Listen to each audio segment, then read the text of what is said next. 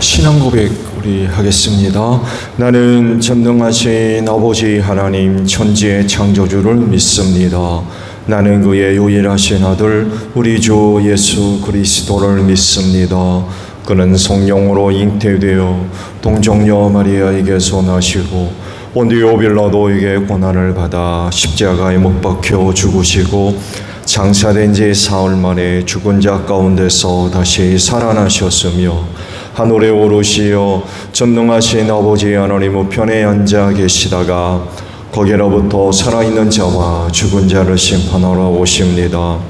나는 성령을 믿으며 거룩한 공교회와 성도의 교제와 죄를 용서받는 것과 몸의 부활과 영생을 믿습니다. 아멘. 찬송가 449장 우리 부르시죠.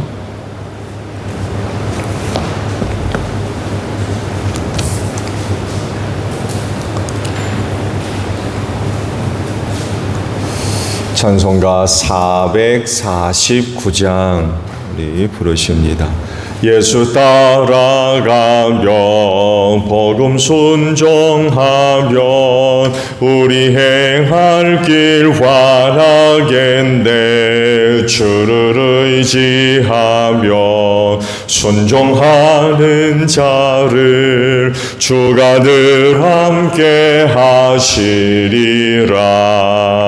의지하고 순종하는 길은 예수 안에 즐겁고 복된 길이로다.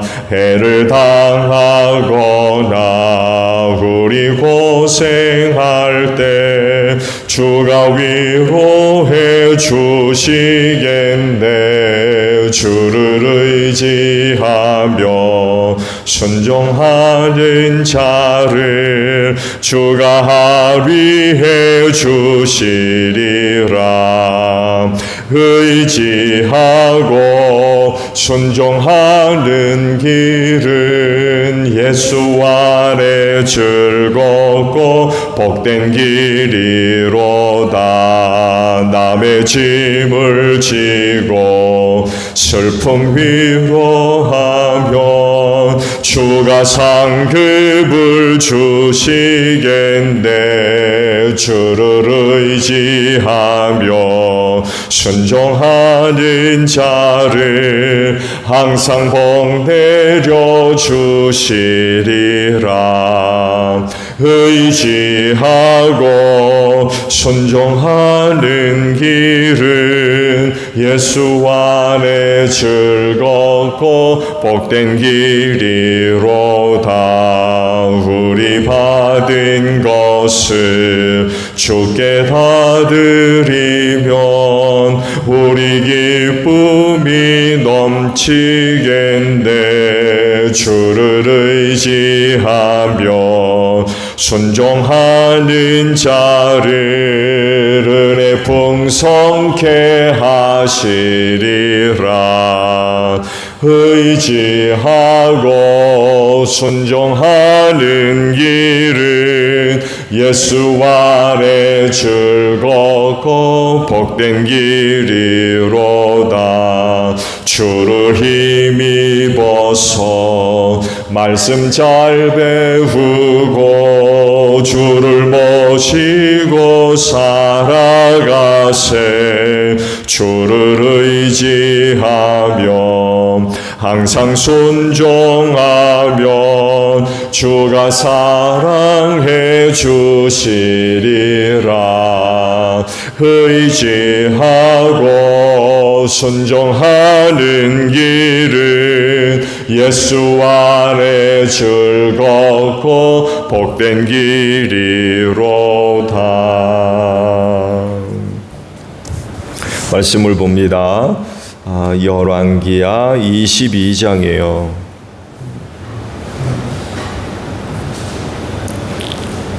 1절에서 11절까지 있는 말씀을 봅니다. 요시야는 왕이 되었을 때에 8살이었다. 그는 예루살렘에서 31해 동안 다스렸다. 그의 어머니 여디다는 보스가 출신 아다야의 딸이다. 요시야는 주님께서 보시기에 올바른 일을 하였고 그의 조상 다윗의 모든 길을 본받아 곁길로 빠지지 않았다. 요시야 왕 제18년의 왕은 아살야의 아들이요 무술람의 손자인 사반 서기관을 주님의 성전으로 보내며 지시하였다. hil기야 대제사장에게 올라가서 백성이 주님의 성전에 바친 헌금 곧 성전 문지기들이 백성으로부터 모은 돈을 모두 계산하도록 하고 그 돈을 주님의 성전 공사 감독관들에게 맡겨 일하는 인부들에게 품삯으로 주어 주님의 성전에 파손된 곳을 수리하게 하시오. 목수와 돌 쌓는 사람과 미장이에게 품삯을 주고 또 성전 수리에 필요한 목재와 석재도 구입하게 하시오. 그들은 모두 정직하게 일하는 사람들이니 일단 돈을 넘겨준 다음에는 그 돈을 계산하지 않도록 하시오.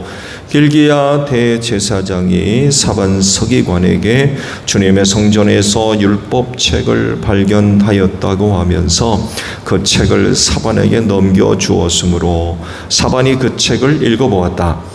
사반 서기관은 그 책을 읽어본 다음에 왕에게 가서 임금님의 신하들이 성전에 모아둔 돈을 쏟아내어 작업 감독관 곧 주님의 성전 수리를 맡은 감독들에게 넘겨주었습니다 하고 보고하였다.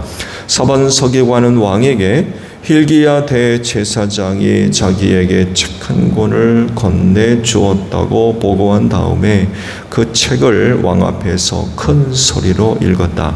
왕이 그 율법책의 말씀을 듣고는 애통해하며 자기 옷을 찢었다.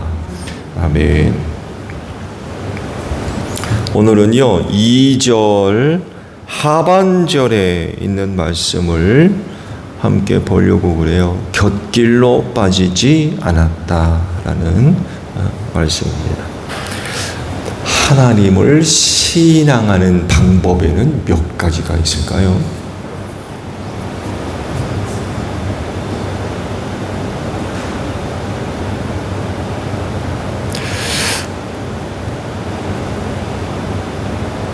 없죠.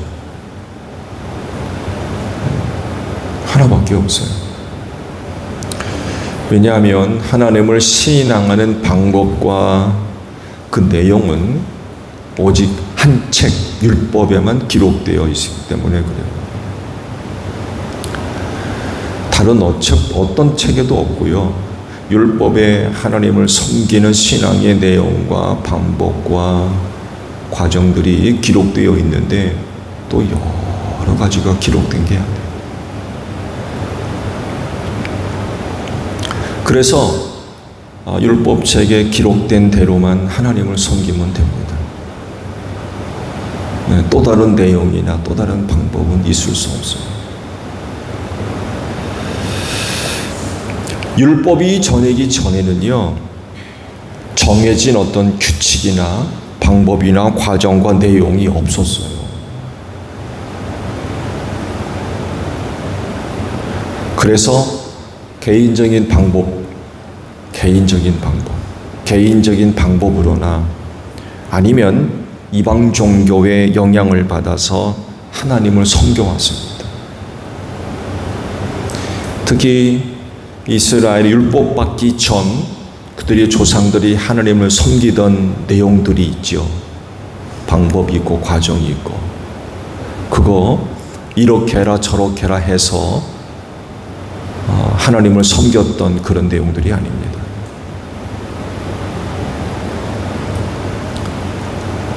율법, 신의 산에서 율법을 받은 이후에야 하나님을 섬기는 방법과 내용과 과정들이 알려졌지 그 전에는 그런 게 없었어요.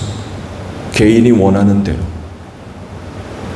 또 생활하면서 다른 족속들이 자기들이 섬겼던 신 그런 것들을 보아오고 들어오면서 영향을 받아서 그런 그 내용과 방법들이 있었지, 그렇게 해라 해서 하신 적은 없습니다. 그러다가 율법을 주심으로써 율법에 기록된 대로 하나님을 섬기기 시작합니다.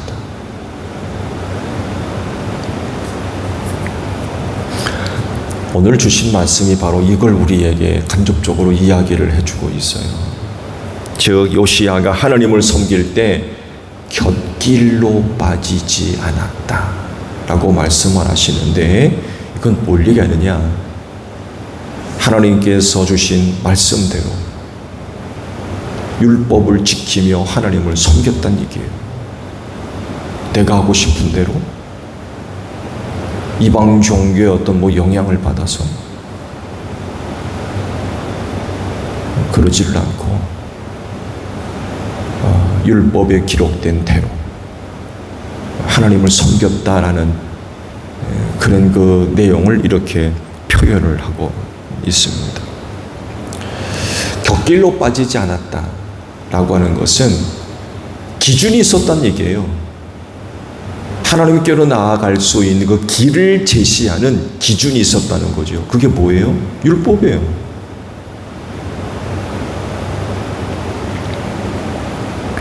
그에 붙인 아몬은요, 그의 아버지 므낫세를 따랐다고 그랬습니다.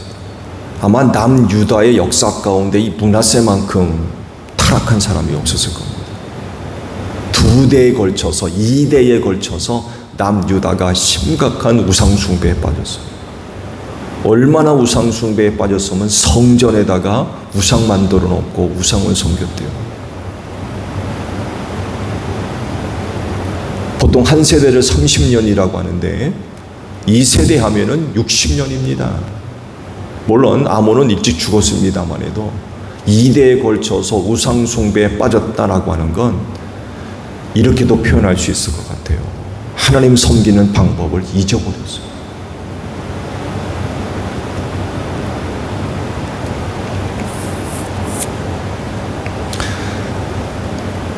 이대에 걸쳐서 우상숭배에 빠졌다라고 하는 건 결코 짧은 시간이 아닙니다. 최악의 경우는 말씀을 드린 대로 하나님 섬기는 방법을 잊어버리는 이런 일들이 벌어질 수 있어요.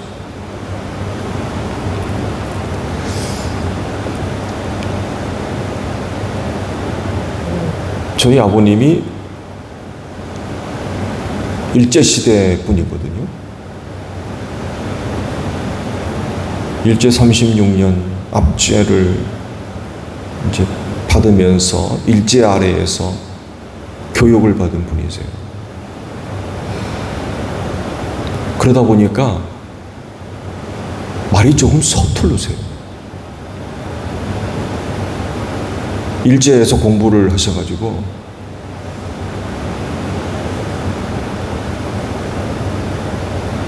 그런 안타까움이 있더라고요. 그 시간 동안 일본 말을 배우고 일제하에서 교육을 받았다고 해가지고 지금까지도 일제 사상의 잔존들이 남아있다고 그러잖아요. 우리 문화 속에 들어와 있고 생활 속에도 들어와 있고 가치 속에도 들어와 있고 언어 쪽에도 들어와 있고 여전히 일제시대 때 사용했던 말들이 우리 언어 속에도 들어와 있습니다. 그 영향력은 상당한 것입니다.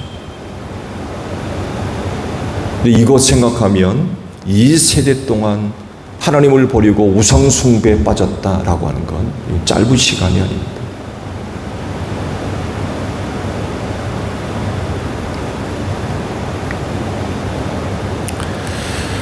근데 요시야 시대에 와서 그가 우리에게 보여준 모습이 뭐냐? 곁길로 빠지지 않았다 라고 말씀을 하십니다. 율법이 있었기 때문에 그래요. 오늘도 말씀 속에 기록되어 있죠. 성전에서 율법책이 발견된대요. 굉장히 중요한 사건이기도 했죠. 그 율법책을 발견함으로 말미암아 그동안 엉뚱한 길을 갔던 그런 그 길에서 돌아설 수 있는 획기적인 기회가 마련됐다는 얘기입니다.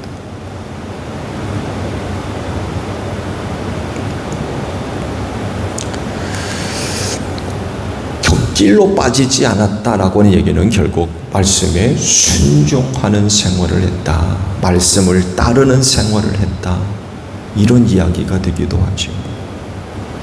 그렇게 말씀을 따르니까 격길로 빠지지 않을 수가 있었다는 거죠. 정도를 걸으며 하나님을 제대로 섬겼다는 얘기입니다. 로마의 도로가 얼마나 잘 발달됐으면 그런 얘기를 하죠. 모든 길은 다 로마로 통한다.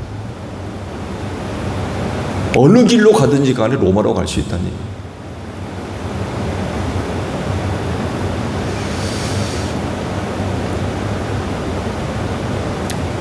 어떤 길로만 가야 되는 게 아니라 모든 길이 다 로마로 통한다는 거예요. 이리 가건 저리 가건 다 로마로 갈 수 있다는 얘기죠.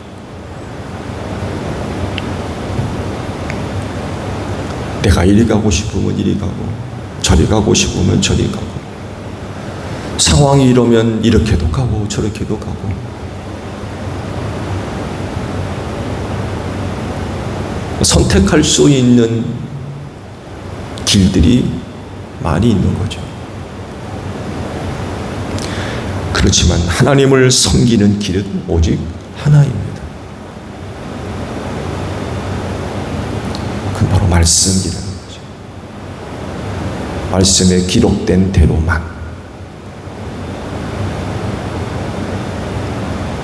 덜 해서도 안 되고 더 해서도 안 되고 이거 다 격길로 가는 겁니다. 말씀에 기록된 대로만. 이게 바로 격길로 빠지지 않는 방법이라는 거죠.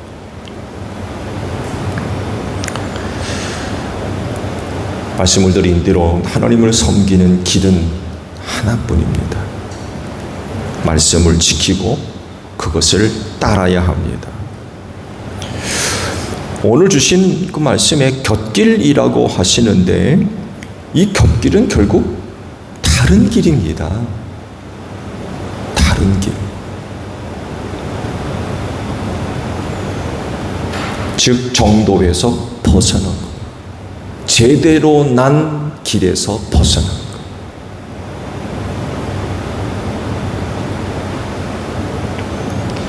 중앙도로와 같은 곳으로 따라가는 게 아니에요. 곁길이 방향은 같을 수 있지만 도착지는 다를 수 있어요. 그러니까 곁길이라고 그러죠. 제대로 가는 길을 가다가 방향이 같은 것 같아가지고 그 길에서 떠나서 곁길로 들어서면 도착지는 엉뚱한 곳이 될 수 있다는 거예요. 곁길이기 때문에 그래요. 조심하셔야 돼요. 곁길 멀리 있지 않습니다. 정도로에서 가까이 있으니까 곁길이라고 하는 거예요.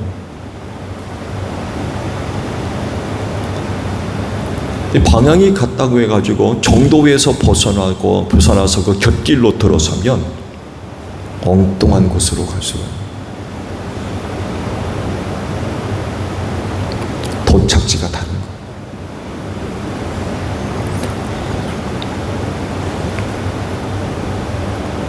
그렇기 때문에 목적지에 제대로 도착하려면 곁길로 갈 것이 아니라 정도를 걸어야 됩니다. 성경이 기록되어 있는 대로 그게 정도입니다.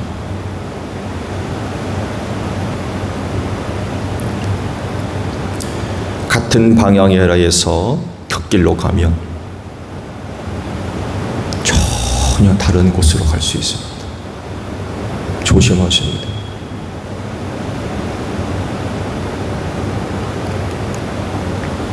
곁길은 그리스도인이 가는 길이 아닙니다.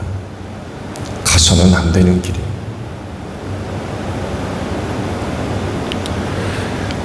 그렇지만 많은 유혹이 있고 또 많은 시련을 받다 보니까 정도를 걷기가 힘든 거예요.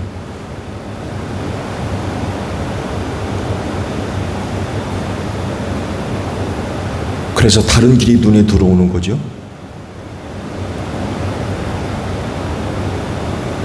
정도를 걷는 거 쉽지 않습니다. 곧 말씀을 지켜 순종하는 거, 그거 쉽지 않아요. 그대로 생활해야 되거든요. 그러다 보니까 많은 유혹이 있어요.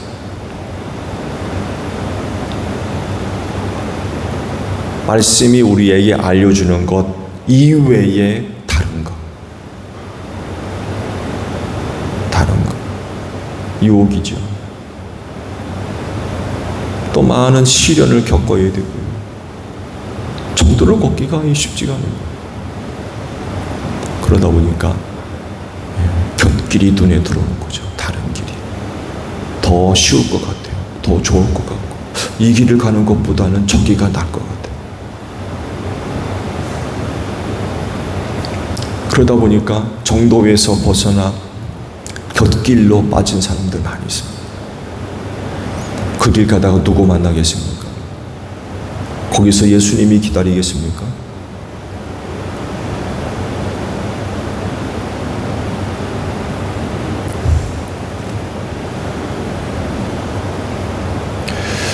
신앙의 경주를 하는 그리스도인들은요, 다름질해야 할 그 경주의 길에서 벗어나면 안 됩니다. 지금 올림픽이 한창 지금 파리에서 하고 있죠. 지금 올림픽의 꽃이라고 하는 육상 경기가 지금 한창 진행하는 가운데 있는데, 100m, 200m, 400m 경주, 허들, 800m, 15,000, 3만, 5만, 조금 있으면 마라톤 하죠. 그 경기 보세요.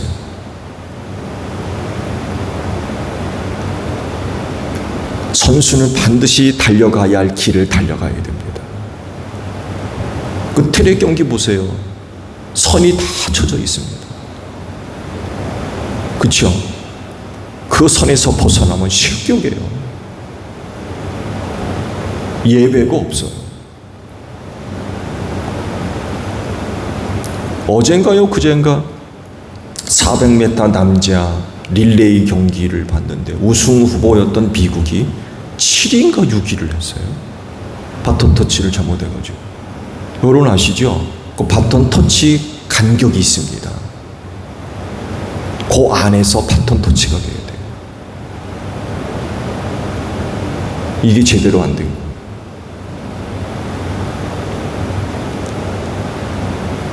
캐나다인가가 금메달 땄죠. 엄격합니다. 100m 같은 경우에는요, 전에는 2번 정도의 기회를 줬어요. 빵 하면 뛰어야 되잖아요.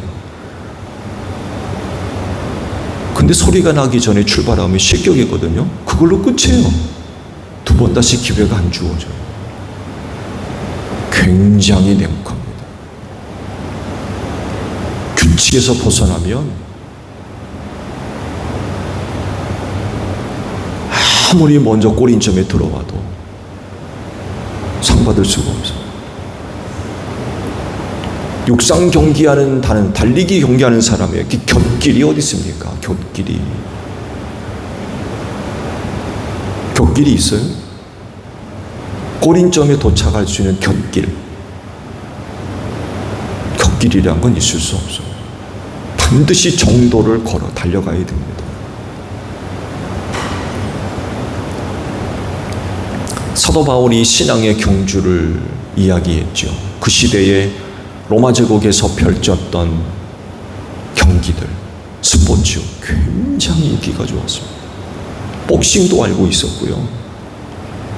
경기장 안에서 달리기 하는 육상 경기도 사도 바울이 너무나도 잘 알고 있어요. 그걸 빗대어서 표현한 거죠. 신앙의 경주를 하는 사람들이 달려갈 길을 달려가지 않고 곁길로 달려간다. 이건 있을 수 없는 거죠. 그건 실격절이에요. 마찬가지로 신앙의 경주를 하는 그리스도인들이 그 신앙의 경주를 할 때에 정도를 달려가야지 곁길로 갈 수 없어요. 있지도 않고요. 신앙의 경주에 곁길이 어디 있습니까? 하나밖에 없어요. 딴 길 가면 안 돼요. 겨우 오늘 주신 말씀대로 곁길로 들어서면 안 됩니다. 아무리 힘들고 어려워도 갈 길은 하나밖에 없는 거예요. 또 다른 믿음이 어디에 있고 하나님을 섬기는 내용이나 방법에 있어서 또 다른 게 어디 있습니까? 하나밖에 없는 거예요. 여기서 벗어나면 그건 곁길입니다. 그건 딴 곳 가요. 다른 곳에 도착할 수밖에 없습니다. 성경이 말씀하시는 대로, 성경이 인도하는 대로 따라가야 됩니다. 순종해야 돼요. 내 생각 수도 없이 생각이 날 겁니다. 그 정도를 걸으면서 내 생각만 있어요. 내가 할 수 있는 방법도 나올 거요. 이게 훨씬 더 나을 것 같은 그런 방법. 그동안 쌓아왔던 경험, 축적된 경험, 그것만 있나요? 지식도 갖고 있어요.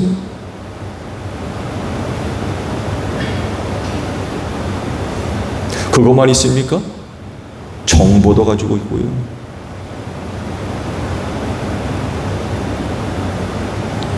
근데 이런 거 다 내려놓지 않으면 정도로 갈 수 없어요. 이런 것들을 우리 따르는 순간 우리는 곁길로 가게 되는 것입니다. 그 정도를 걸으려면 이런 것들 다 내려놔야 돼요. 그냥 성경이 우리에게 말씀하시는 대로 따라가야 돼요.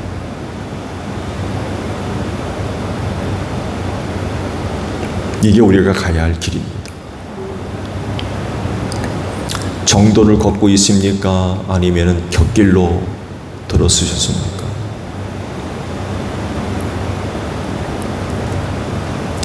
말씀으로 돌아오시기 바랍니다. 그게 정도를 걷는 것입니다.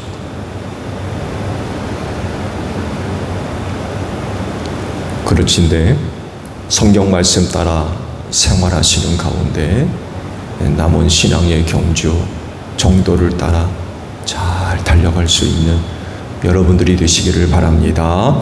주기도문합니다. 하늘에 계신 우리 아버지, 아버지의 이름을 거룩하게 하시며 아버지의 나라가 오게 하시며 아버지의 뜻이 하늘에서와 같이 땅에서도 이루어지게 하소서.